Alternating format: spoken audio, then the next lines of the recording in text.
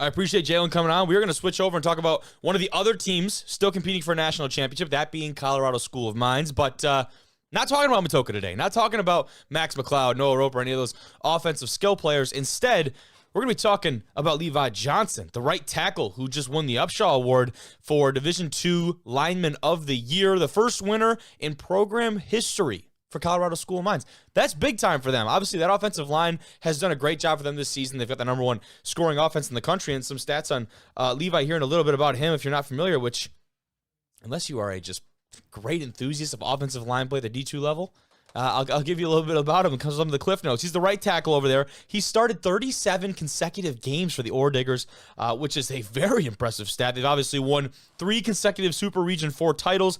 They went to the national final in 22, and as far as he is concerned, he was a D2 CCA First Team All Super Region 4 and First Team All RMAC, so conference selection, as well as a D2Football.com preseason Elite 100 honoree. Then you talk about the unit up front, that front five for Mines. They've had the number one scoring offense in the country, over 50 points per game, along with the number 2 total offense, number 6 passing offense, number 12 rushing offense. All these just crazy stats. They're undefeated right now, going into a semifinal game where they are heavily favored over there in Golden, Colorado. And expecting another finals appearance from Colorado Mines. We'll see if they can finish it off. But obviously, they do still have Kutztown on the clock, and Kutztown has surprised a lot of people this year. But the Gene Upshaw Award, for those of you who are not familiar, and I was kind of one of those people until probably last year, goes to it can be either offensive or defensive, but the best lineman in Division II football. And the reason I say last year, because Caleb Murphy and the season that he had last year out of Ferris State, where he broke the all-time NCAA sack record, he went on to win that award and actually came second place for the Harlan Hill Award. But if you're looking back at the records here, I mentioned that Levi is the first player for Colorado Mines to win the award. The last 3 players to win the award have all played for Ferris State University, which is insane. So that makes Levi Johnson the first player to win the award that was not a Ferris State Bulldog since 2018.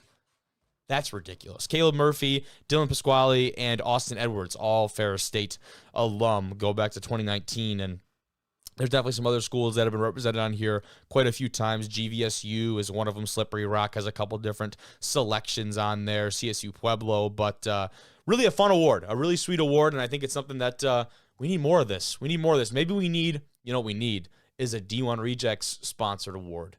I don't know what the hell our award would entail or who the nominees would be or what the criteria would be, but that'd be pretty sweet if we did a couple awards. So, as I think about that live, I don't really know. I don't know what we would do, but I think it'd be fun to have an award like that. But shout out to Levi. I wanted to bring that up and kind of lead the show off with it because I thought it was a really cool award. And while we are talking about Mines, we will talk about the quarterback and this insane picture of Matoka here.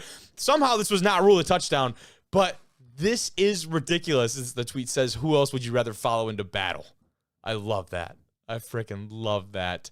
He does this, what you call it, a helicopter or almost a front flip into the end zone, and you can see one of the Central Washington defenders got his hand right on the face mask there, and I don't believe that specific play was ruled a touchdown, but I do believe they ended up scoring on that drive. And if I look here, the quote, I can't access the quotes, can I? But Art from Sports, I think, quote tweeted it, and it was pretty funny. I liked that a lot. And then one of the other quotes that I did see, and I thought I would share this with you guys as well, if I have it.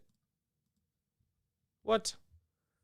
I do not, but it was from one of his teammates, and I'm blanking on his name. Sorry, pal, but it was a hell of a tweet. He said, "I'd follow John into hell with a squirt gun." I fucking love that. I think that's great, man. So shout out to those guys. Huge win over Central Washington. We'll talk more about that in a little bit.